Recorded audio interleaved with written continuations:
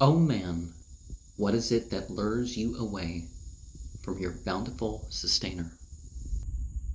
Ya al insanu malara kabira bekal karim was recited, and then the rest of Sermon 220 of Nahjul Balaghah regards what I'm about to make a comment of. What is the reason that we've become brave enough to commit sins? That we don't work on our own awakening? That we ignore our own disease?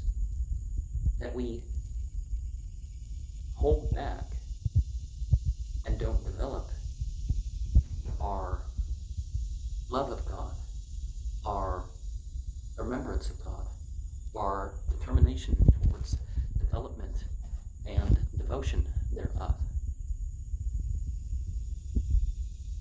What ideas have we allowed ourselves to have?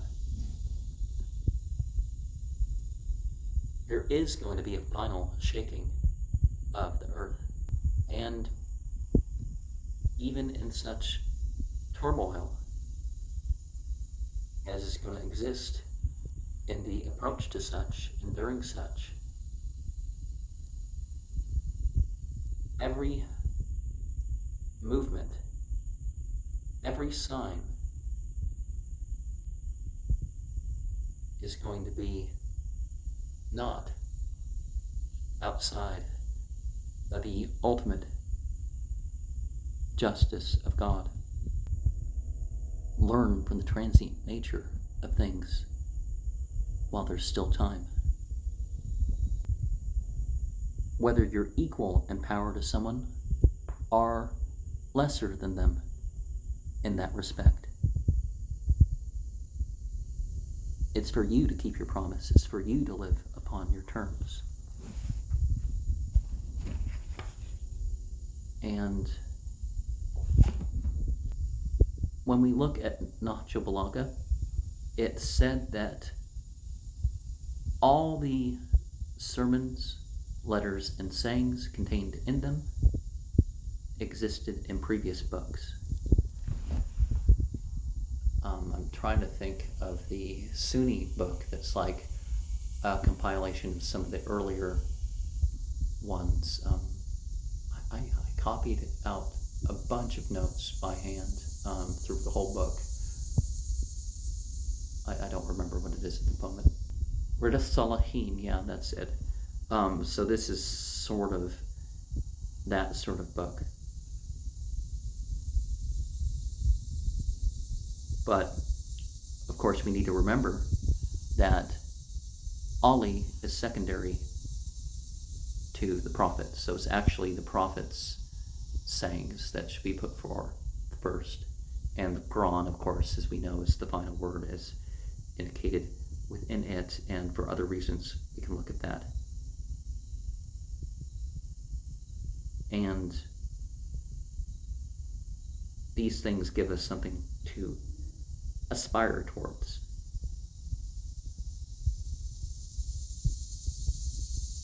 And certainly in the influence, some things can't be reached. We only look at the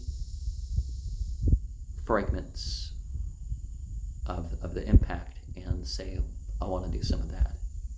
And that's very exalted too, compared to anything that anybody modernly does. Certainly we're aspiring to something greater than anybody alive now. It's an example of, understanding and manifesting what the Quran has taught, that Islam continues to be a thing of beauty.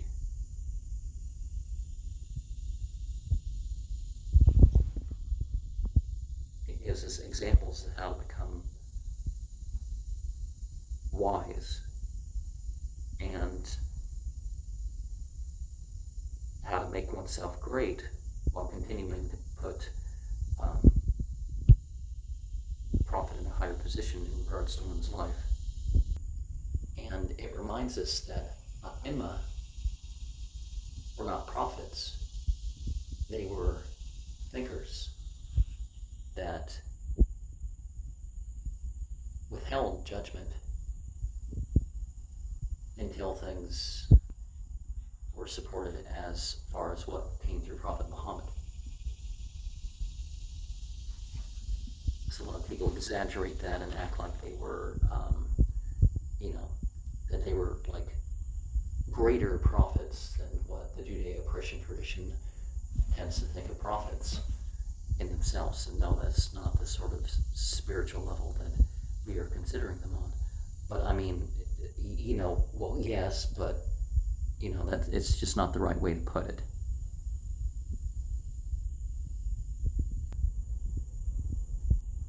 Ali was of the Makhzum clan.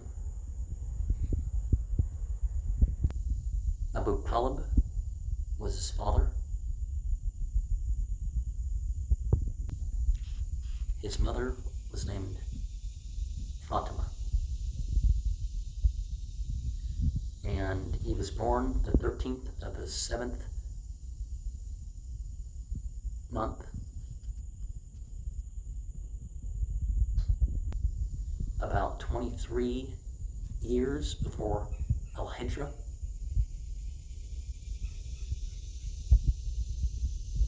He was also known as Asad and Hyder. His parent names were Abu Husan, Abu Sibtain, and Abu Turab.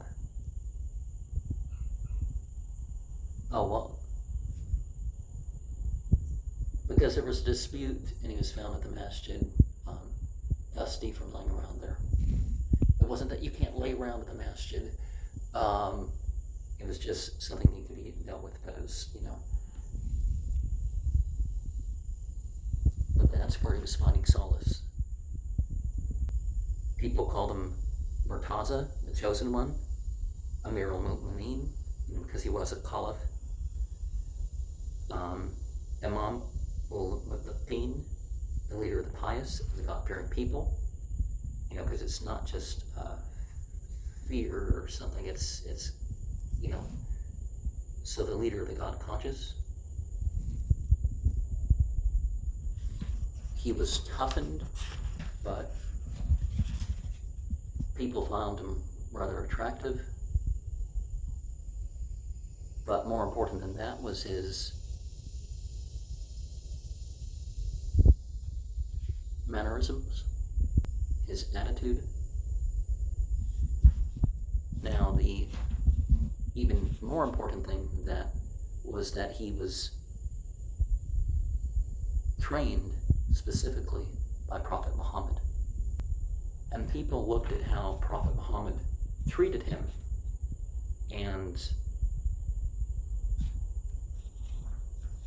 said that Muhammad loved Ali more than anyone else loved their son.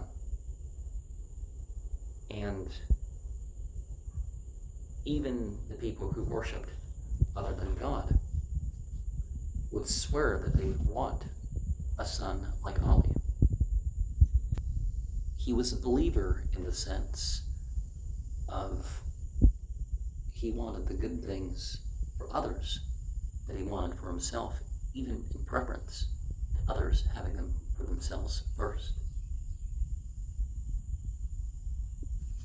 And Ali was somebody who would communicate with Prophet Muhammad regardless of what emotions or whatever he was exhibiting in. And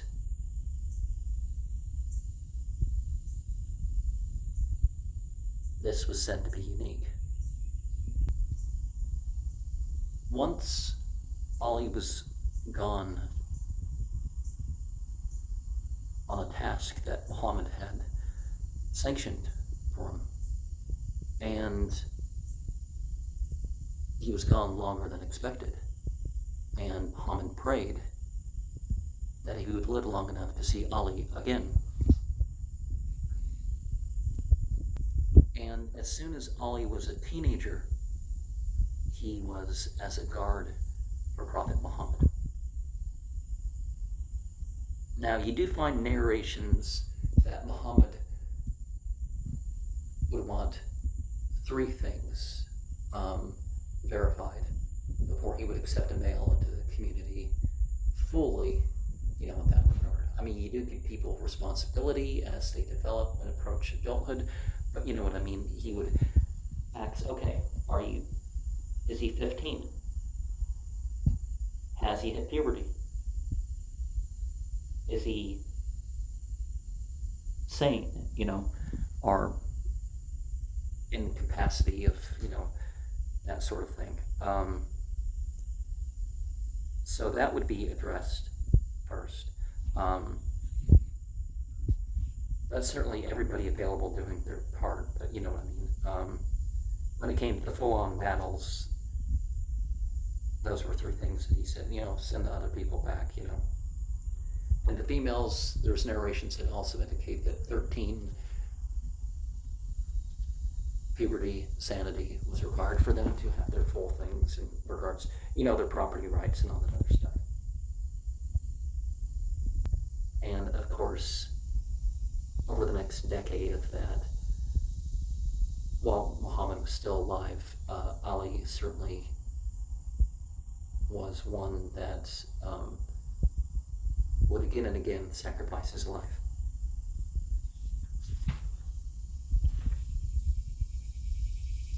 You know what I mean? He would put himself in mortal danger to protect Prophet Muhammad.